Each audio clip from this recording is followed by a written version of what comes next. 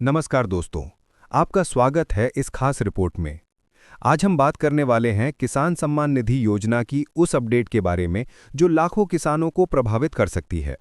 कई किसान ये सवाल पूछ रहे हैं कि आखिर किस्त क्यों रुक रही है, कौन-कौन से कारण हैं जिनकी वजह से भुगतान आगे नहीं बढ़ पाता और किन किसानों को इस बार भी किस्त मिलने में दिक्कत आ सकती है। इसी पूरे सच को आज हम विस्तार से समझेंगे।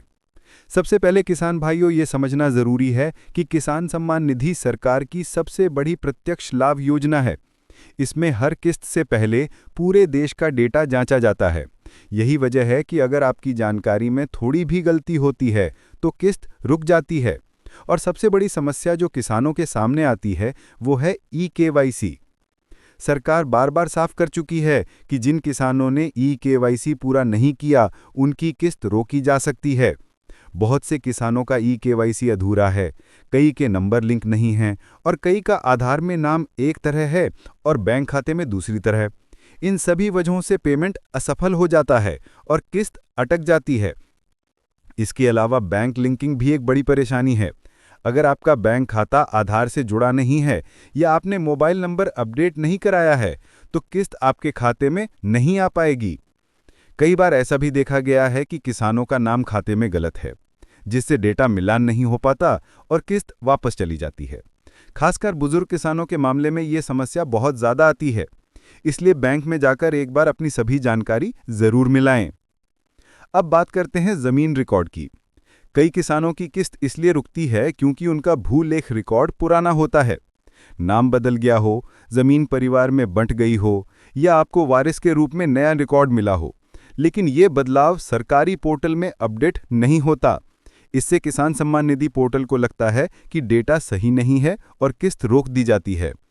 सरकार इस योजना में फर्जी लाभार्थियों को हटाने की कोशिश कर रही है, इसलिए गलत या डुप्लीकेट रिकॉर्ड वाले किसानों की किस्त अक्सर रुक जाती है।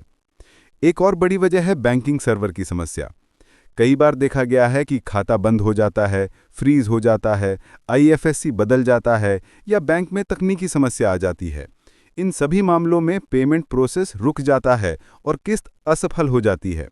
किसानों को लगता है कि किस्त नहीं भेजी गई, लेकिन असल में किस्त भेजी जाती है, बस आपके खाते में पहुंच नहीं पाती। अब बात करते हैं कि आप अपनी किस्त का स्टेटस कैसे जान सकते हैं। सरकार ने इसके लिए ऑनलाइन सुविधा दी है। आप सीधे किसान पोर्टल पर जाकर नो योर स्टेटस में अपना आधार या मोबाइल नंबर डालकर ओटीपी से लॉगिन कर सकते हैं। यहां आपको साफ साफ दिखाई देगा कि आपकी किस्त आई है, रुकी है या किस वजह से रोकी गई है।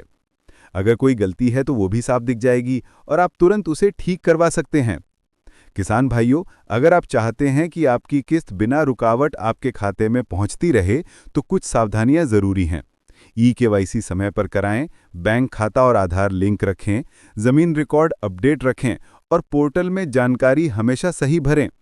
सरकार समय समय पर पोर्टल अपडेट करती रहती है, इसलिए हमें भी अपनी जानकारी सही करनी चाहिए। तो दोस्तों, ये थी किसान सम्मान निधि की वो बड़ी अपडेट जो आपकी किस्त को प्रभावित कर सकती है। अगर आपको ये जानकारी उपयोगी लगी हो तो वीडियो को लाइक करें, चैनल को सब्सक्राइब करें और किसान भाइयों तक इस खबर को जरूर पहुंचाएं। धन्यवाद। जय हिंद, जय किसान।